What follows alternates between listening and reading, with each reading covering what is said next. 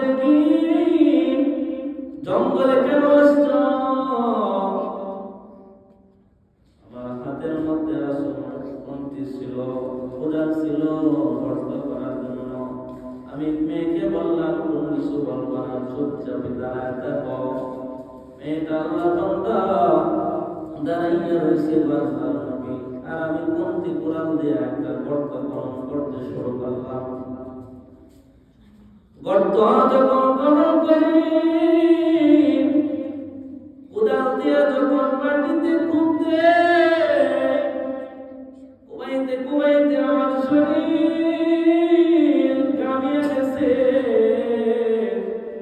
আমার সন্তানটা আমার শরীরের ঘাম মুছে দিতেছে। আল্লাহর রাসূল সন্তানটা আমার শরীরের ঘাম মুছে দেয়।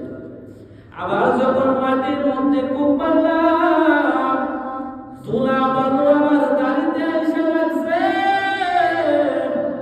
আমার সন্তান এই কচি হাত দিয়া ধুলা বালু সুন্দর কইরা আমার পরিষ্কার কইরা দেয়। আল্লাহর রাসূল গর্ত যখন আমি খনন করছি, আমার সন্তান কাঁদতে বলে, বাবা গর্ত কেন খনন করো? এখানে গর্ত তো কোনো প্রয়োজন নাই। আল্লাহর বান্দা রাসূল গর্ত যখন খনন করলাম, খনন করিয়া আমার সন্তানকে বললাম যে সন্তান তাকাইয়া দেখো গর্তটা কত সুন্দর, তাকাইয়া দেখো গর্তটা কত সুন্দর। আমার সন্তান যখন গর্তের দিকে তাকাইছে, আমি একটা ধাক্কা মাইরা গর্তের মধ্যে ফালাইয়া দিলাম। ফালাইয়া দেওয়ার পর সন্তান ডাক দিয়ে বলে, বাবা আমার কি অপরাধ, কেন আমাকে গর্তের মধ্যে ফেলতেছে? আল্লাহর রাসূল আমার সন্তানের চিৎকারে আমার দিলটা নরম হয় নাই, কারণ শয়তান আমাকে এমন ধোঁকা দিতেছে। বন্ধু বান্ধবের কুমন্ত্রণার চিন্তা করিয়া আমি সন্তানটাকে গর্তের মধ্যে ফেলা দিলাম। আল্লাহর বান্দা চিন্তা করে দেখেন, যাদের ছোট ছোট সন্তান আছে, কন্যা সন্তানের কাছে বাবারা বড় দুর্বল থাকে। আল্লাহর বান্দা কন্যা সন্তানের কাছে বাবা বড় দুর্বল হয়ে যায়।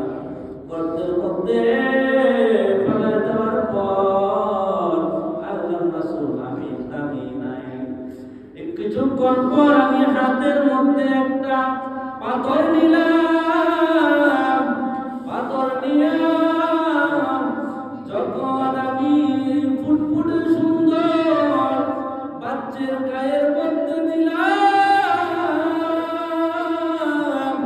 এই কচি চামড়া